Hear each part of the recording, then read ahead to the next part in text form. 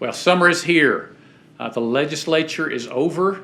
Our staff and family, our homeschool family, our THSC family in Austin is exactly glad that the legislative session is over. They're glad to go home, but it's been a historic session for the Texas Homeschool Coalition. Two major pieces of legislation that we passed. One is a CPS Reform bill, and I don't exaggerate when I say that this is a historic CPS reform measure that's going to protect innocent families and children for the future. And it's not an exaggeration to say this is the most significant CPS reform protecting families in the state's history. So we are very excited about that. Now, that bill has actually become law and will go into effect September the 1st. The other bill that you're probably more familiar with is a bill that was somewhat more controversial, our UIL Equal Access Bill. And that bill passed the House and the Senate, and as I speak in June is sitting on the governor's desk awaiting his signature.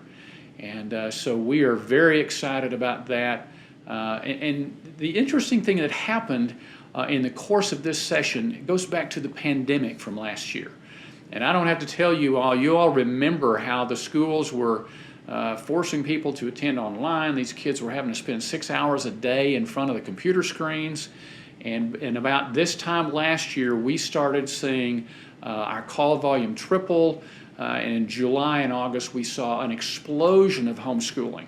In fact, I've shared with you before, you probably remember that the Census Bureau did 2 polls last year. In April and May, they did a poll across the country and broken down by state. And they determined at that time there were 5% of the students in the country being homeschooled. And in the fall, they found that we're 11%. So homeschooling doubled nationally. In Texas, we almost tripled. We went from 4.5% of the kids in Texas being homeschooled to 12.3% in the fall. So that means there was an explosion of homeschooling. Over 750,000 students this last school year were being homeschooled in Texas. That is historic. And that had an impact. It had an impact in Austin, and we saw that played out on the House floor, for example, when some Democrat legislators who were supporting UIL for homeschoolers got up and shared that they had a whole new appreciation for homeschoolers. They knew more people that were homeschooling because of the pandemic and how many people had done that. So we are very excited to see that progress being made.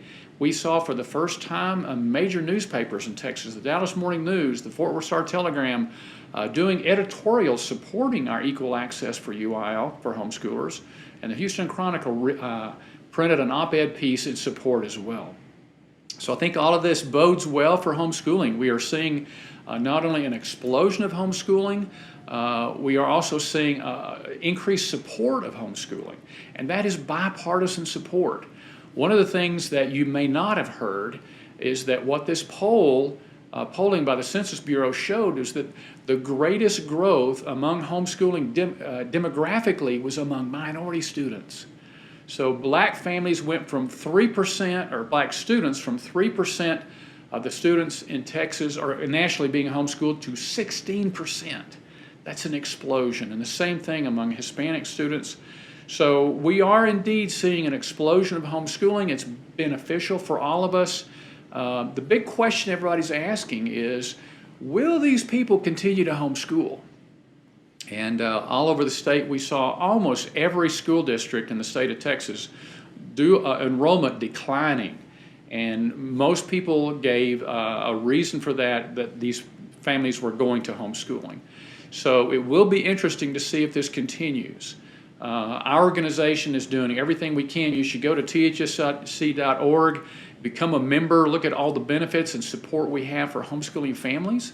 And it's exciting to see what's going to happen. We do have, as I've chronicled, we do have opposition from the left who do not think families should be able to set the direction and the education of their children. We see that at the Harvard law professor who continues to say that homeschooling should be presumptively banned.